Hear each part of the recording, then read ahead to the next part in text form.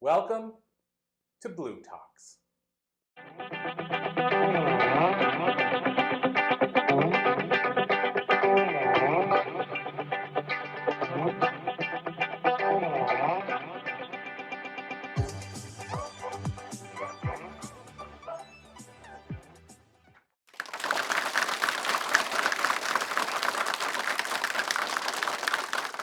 Hi, well, it's great to be here at the University of Oxford and have a chance to talk to you. And what I'm going to talk about today is how to write a business book that is going to change your business and change your life.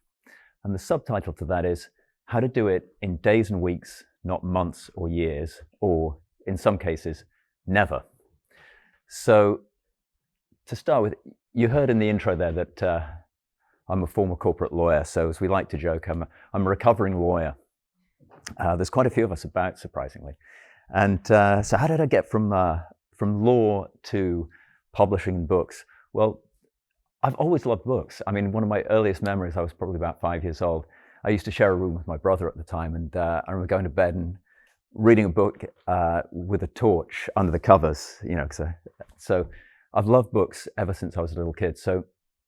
And I actually began writing my first book before I became a lawyer. And there was a point in law, and I won't give you the full story because we haven't got the time, but I just decided that I wanted a different direction in life. I wanted something more from life. I wanted to do something that I was passionate about. And that led me into business. And one failed business later, I got into publishing. So I've always loved books. That's why I'm up here on the stage today. And what I'm going to share with you, one of the reasons that I love to do what I'm doing is that I get to help people get their message out to the world, get their ideal clients in, charge what they're truly worth, make a business that's really successful for them. And the cool thing about that is it has a ripple effect. So I'm helping them directly, but then they help a lot of people that I'll never meet, that I'll never know about. And it's really cool to be able to have that wider effect that you know it's going on, but you don't even know it's where it's going. So that's kind of fun for me. But how about you? How does it work for you? So I think a book is the ultimate positioning tool in business. One of the reasons my first business failed, a big reason my first business failed, and was that I didn't understand how to position myself. I didn't understand enough about strategy. That's why my company now is called Strategic Positioning Press. And what I hope to help people do is to get that book, because I think it's the fastest way to position yourself as an expert in your space. So it'll position you as a leader, a thought leader in your industry, and it also attracts clients. But if you set your book up the right way, and I'll tell you how to do that in a moment, you're not just attracting clients, you're attracting your ideal clients. And furthermore, you set it up the right way, you can attract your ideal clients who they're already coming to you, wanting to know, wanting to get help with whatever that thing is that you love to do, your superpower. You get to do what you love with people you love to work with, and you get to charge what you're truly worth because you've positioned yourself the right way. And one of the problems that a lot of entrepreneurs have, I still struggle with this myself, I would say at least 90% of entrepreneurs, especially in this sort of self-help, coaching, speaking, consulting space, we don't charge enough. So that's something else that this should help with. So that's what I hope is in it for you. And at the end of this, what I hope you'll take away is that you've already got inside you what it takes to write a book. And I know this audience is a little bit different to the average audience that I might speak with, because a lot of you already have books or you've contributed to books. But if you haven't written that first book yet, I hope you'll take that away, that you've already got what it takes, and it can be a lot quicker and easier than you might ever have imagined. And maybe if you have a book or you've got a chapter in a book, it'll help you out with the next book, or to go from having a chapter in a book to having a whole book that is in your name. So that's the kind of why. That's what's in it for you in terms of having the right book. So one of the things that I've been doing over the last year or so is working with authors and helping them to incorporate AI into the process. And when I was thinking about this talk, I was thinking it was going to be kind of AI heavy. But as I went through it, I realized that actually the AI is kind of peripheral. it can do some great stuff and it can save you a ton of time, but actually the foundations, the frameworks, the things that really matter have nothing to do with AI. This is all about you and what you already know and what you have inside of you. And that's what this process is designed to bring out. So we will touch on AI, and I'll share some things that you can do with it to fast track, and I'll share how you can do it in a way that is ethical and authentic as well, because those are two big things. That's one of the reasons it took me a while to start teaching it, because I couldn't figure out how to square the circle and do it in a way that was ethical and was authentic, so it was actually in your voice. So AI is really cool, but you can't, it'll only get you so far. It's really, this comes from you. So the good news, so in business we all have competition, right? Even if you're in a sort of super micro niche, there's still other people competing for your clients' money. So we're all in competition. A book elevates you above the competition really quickly. And speaking is great, and podcasts are great, and having media is great, and but a book can position you super quickly, and it can lead to all of those things. It can get you on podcasts, it can get you on stages, and so on. And so the good news that I want to share with you today is that most of your competitors will never write a book, because the perception is, and I know this, I've been working with authors for 12 years now, that it's going to be really difficult. I'm not a writer, so I wouldn't know where to start. It's going to be really time consuming. I'm busy in my business, so where am I going to find the time? And so they talk themselves out of ever starting, so they never get to the start line. And so if you know how to get through that process and kind of fast track it, you're in the race, they're not even in the race. So the good news for you, apart from the fact that your competition isn't going to be in the race, is that, as I hinted at the beginning, you already have that expert knowledge. And most of the experts and entrepreneurs and coaches and speakers that I work with, they probably have the knowledge and the expertise to write several books. And we don't want that, because you're going to end up with War and Peace. Not only is it going to take you forever, it'll be 500 or 1,000 pages long. No one will ever read it. There is good data that shorter books get read more, people will start them and people will finish them. And of course, that is what you want. If you want a message that you want to communicate to people, you want them to actually read the book. So shorter books tend to be better, particularly in the context of business. So that's the good news. You've already done the hard work, the years that you spent studying and practicing and working with clients and delivering your product or service. That gives you that expertise to actually write your book. So the next step then is to figure out how to focus that down. And so the way I do that with clients is I take them through a 3-part exercise. It's now the acronym for that is SPICEO. What that stands for, the SP is your superpower, IC is your ideal client, and the IO is your irresistible offer.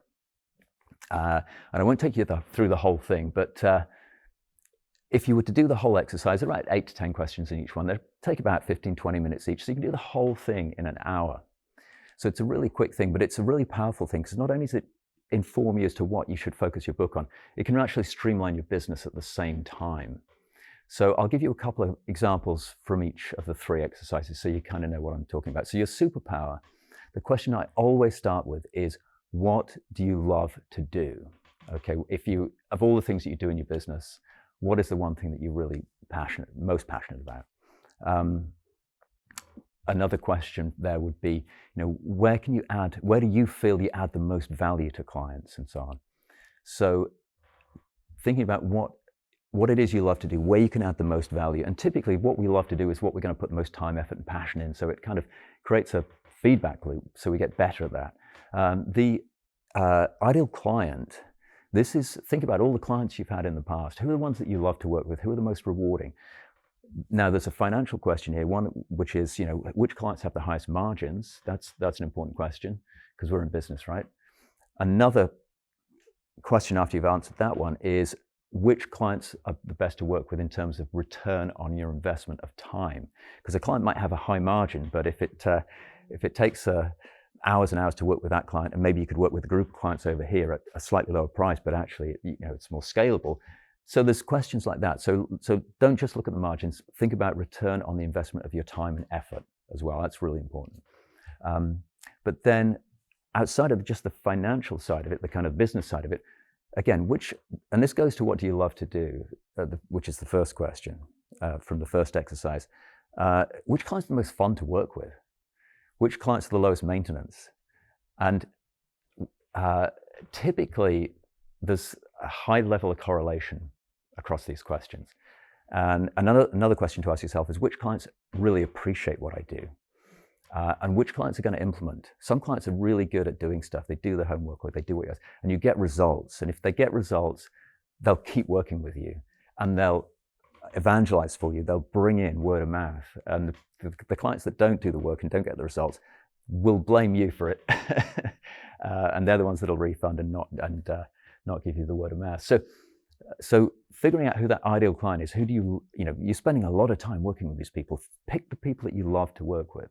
So what do you love to do? What do you love to work with? And the third exercise is your irresistible offer.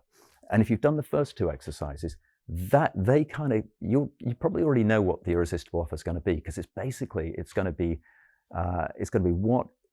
what is it that this client wants that you also love to deliver? Where do those two things kind of dovetail? And there are some other questions there, but that's the key thing. So there are other questions that you can use to sort of nuance the offer and nuance what goes in the book. But if you figure out what that irresistible offer is, what it is that you're delivering to that client, that it's going to give you a framework, because you already, even if you've never formalized it, you have a framework for what you do, what you deliver to those clients. And so if you have it systematized, fantastic, you're one step ahead. If you haven't yet systematized it, put it down, put the steps down onto paper, and sort of formalize it.